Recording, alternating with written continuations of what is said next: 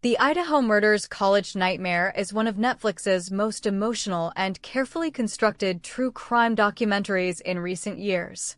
Rather than chasing shocking twists or turning a real tragedy into entertainment, the three-part series focuses on the lives that were lost, the families left behind, and the extraordinary investigation that eventually brought the case to justice.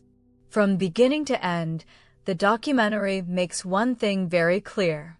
This is not a story about making a killer famous. It is a story about remembering four young people whose futures were stolen far too soon.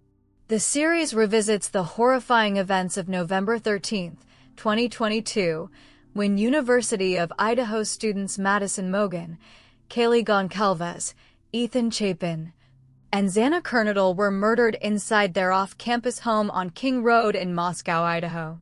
The opening episode immediately places viewers into the confusion that surrounded those first hours. Two surviving roommates discovered something was terribly wrong before calling emergency services. Police officers arrived to find one of the most disturbing crime scenes the town had ever experienced. The brutality of the murder shocked not only investigators, but the entire country. At first, the investigation appeared incredibly difficult.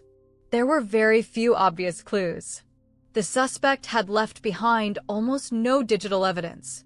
There were no immediate answers explaining who committed the murders or why.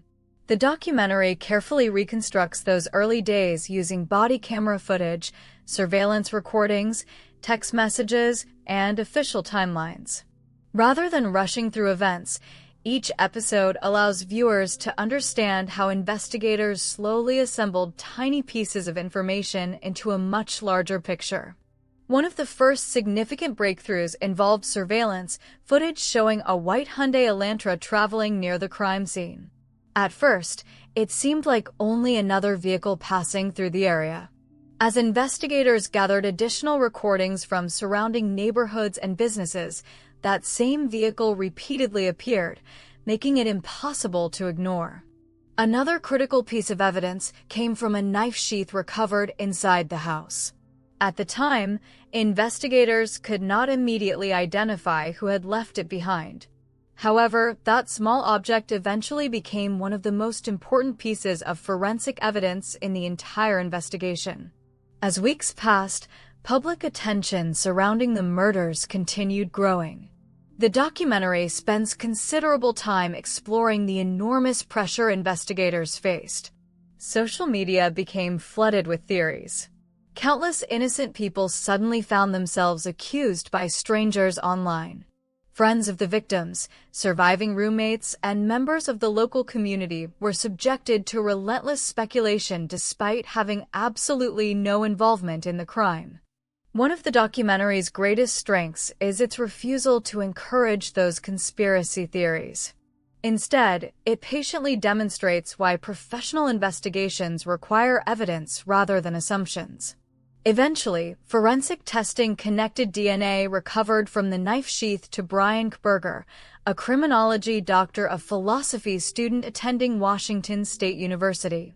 Investigators then combined that evidence with mobile phone records, vehicle movements, surveillance footage, and additional forensic findings. Individually, each piece of evidence might not have been enough.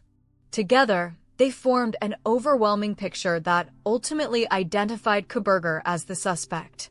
While many true crime documentaries become fascinated with offenders, the Idaho Murders College Nightmare deliberately chooses another path. The victims remain the emotional center of every episode. Through family photographs, home videos, social media clips, and interviews with loved ones, viewers meet four young people who were filled with excitement about their futures. Madison is remembered for her warmth and loyalty. Kaylee's outgoing personality shines through countless personal videos. Ethan is described as someone who brought joy wherever he went. Xana is remembered for her kindness, humor, and love for the people around her. These moments transform them from names in a headline into real people with dreams, friendships, ambitions, and families who continue living with unimaginable loss.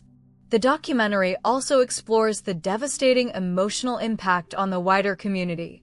Police officers openly discuss the psychological effects of investigating such an overwhelming crime. One officer explains that the experience eventually led to treatment for post-traumatic stress disorder.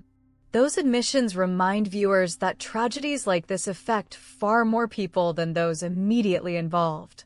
Families, investigators, emergency responders, classmates, and neighbors all carry emotional scars that often remain long after public attention fades.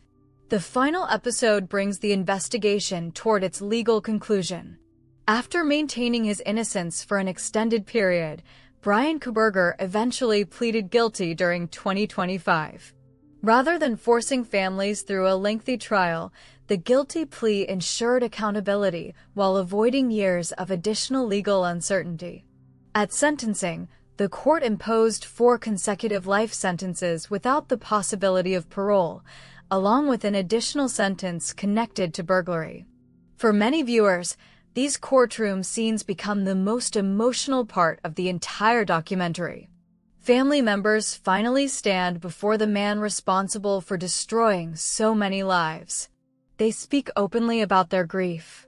They describe birthdays that will never be celebrated, dreams that will never become reality, empty seats at family gatherings, parents losing children, siblings losing lifelong companions, friends losing people they expected to grow old beside.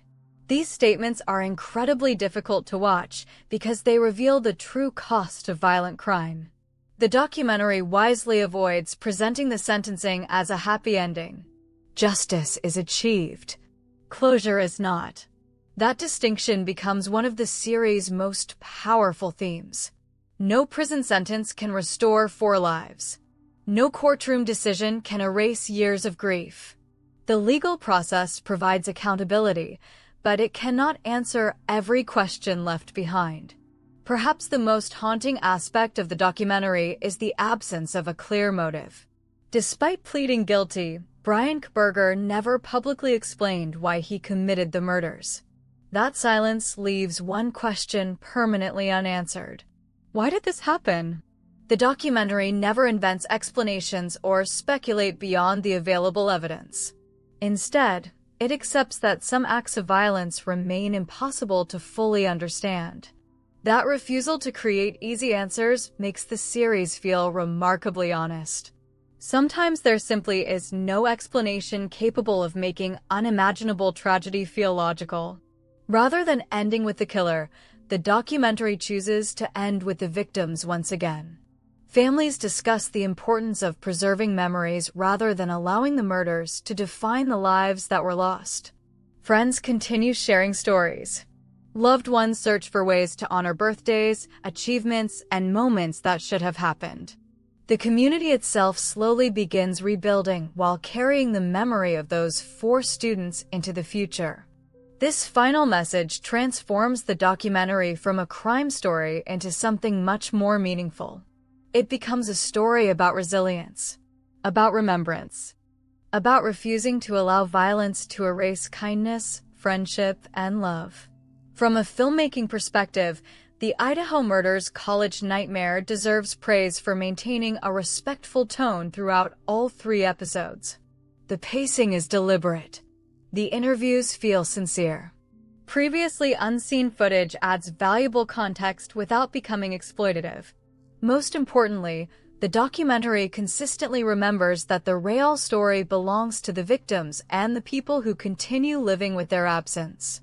It never glorifies the investigation. It never sensationalizes the crime scene. It never treats tragedy as entertainment. Overall, the Idaho Murders College Nightmare stands as one of Netflix's most thoughtful true crime documentaries. It carefully balances investigative detail with emotional storytelling while ensuring the victims remain at the heart of every episode. The ending reminds viewers that although justice was ultimately delivered through the legal system, some wounds never fully heal. The series closes with a quiet but powerful message. For young lives were taken far too soon, but the love shared by their families, friends, and community continues to outlast the violence that tried to define their story. That choice to focus on remembrance rather than notoriety is what makes this documentary so moving and ultimately so important.